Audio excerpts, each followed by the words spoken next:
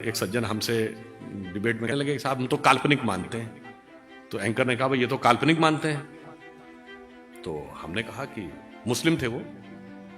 तो मैंने कहा कि मैं इनकी बात से सहमत हूं।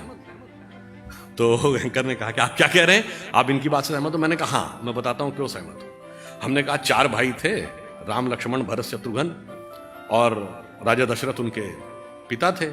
तो पिता के कहने पे राम चले गए वन में, तो लक्ष्मण भाई के रूप में वन में चले गए। भरत ने जाके वन में गए और थाली में राम की खड़ाऊ रख के लाके शासन किया। मैंने कहा एक और बाबरी परंपरा में भी एक 4 भाई थे, शुजा, मुराद, दारा और औरंगजेब। मैंने कहा एक ने बाकी 3 का कत्ल कर दिया, बाप को जेल में डाल दिया, और इतने से भी उसे संतोष नहीं हुआ, अपने सगे बड़े भाई दारा शिकोह का सर काटकर थाली में सजाकर जेल में बंद अपने बाप के पास भेजा। तो मैंने कहा जिन्होंने थाली में भाइयों के कटे हुए सर देखे हों, उन्हें थाली में रखी हुई भाइयों की खड़ाऊ कल्पना ही लगेगी, इसमें इनका कोई दोष नहीं।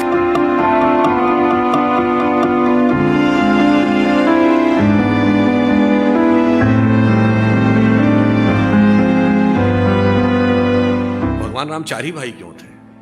3 या 5 भी तो हो सकते थे। हमारे हर चीज का रीजन है। 4 भाई किस बात के प्रतीक हैं? 4 पुरुषार्थ, धर्म, अर्थ, काम, मोक्ष। श्री राम धर्म के प्रतीक हैं, लक्ष्मण जी काम के प्रतीक हैं, मोक्ष के प्रतीक भरत हैं, और अर्थ के प्रतीक शत्रुघ्न है। इसीलिए लक्ष्मण ही वन में क्यों गए राम के साथ? क्योंकि कामना या काम जो है सदैव धर्म के साथ संलग्न ही रहना चाहिए, उसके साथ पृथक नहीं हो सकता, तभी वो सन्मार्ग पे रहेगा। और भरत ने ही खड़ाऊ रख के शासन क्यों किया? क्योंकि मोक्ष प्राप्त करने के लिए अंतर की यात्रा करनी है, एक प्रतीक को भी सामने रख के आप वह यात्रा कर सकते हैं। और शत्रुघ्न अयोध्या में ही क्यों रहे? चूंकि अर्थ राजधानी से बाहर नहीं जा सकता, इसलिए वो वहीं पे रहेंगे। तो अगर हमें आगे बढ़ना है, तो मैं जहां से मैंने प्रारंभ किया था कि प्रबुद्ध शुद्ध भारती, तो आपने भारतीयता को समझा, समझने की क्षमता भगवान ने आपको दी है। तो हमें आगे बढ़कर क्या करना है, यह ध्यान रखना है कि आचार्य चाणक्य ने कहा था, इस राष्ट्र को उतनी क्षति दुर्जनों की दुर्जनता से नहीं हुई है जितनी सज्जनों की निष्क्रियता से हुई है। मैं बताना चाहता हूं, भगवान श्री कृष्ण हिंदू भी हैं, हिंदू धर्म के भी प्रतीक हैं, वही तत्व है, और हिंदुत्व भी वो है। 1986 शाबानो केस, सुप्रीम कोर्ट का जजमेंट पलट दिया जाता है। क्यों? तत्कालीन भारत सरकार ये स्टैंड लेती है कि मजहबी मामला है, मजहबी मामले में कोर्ट का दखल सुई की नोक के बराबर भी नहीं होगा। अगर कुछ कह दिया तो पार्लियामेंट संशोधन करके पलट देगी।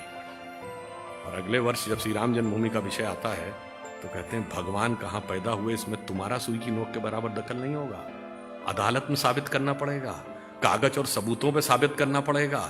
और इतना ही नहीं था, यह भी साबित करना पड़ेगा कि यही अयोध्या थी कि नहीं, यह भी साबित करना पड़ेगा कि राम भी हुए थे कि नहीं, या उनके एक नेता ने बोला था 10,000 कमरे थे तो इसमें हुए थे कि नहीं। यह वहां न्याय की पराकाष्ठा थी, इसलिए फिर वह हिंदुत्व भी दिखाना पड़ता है।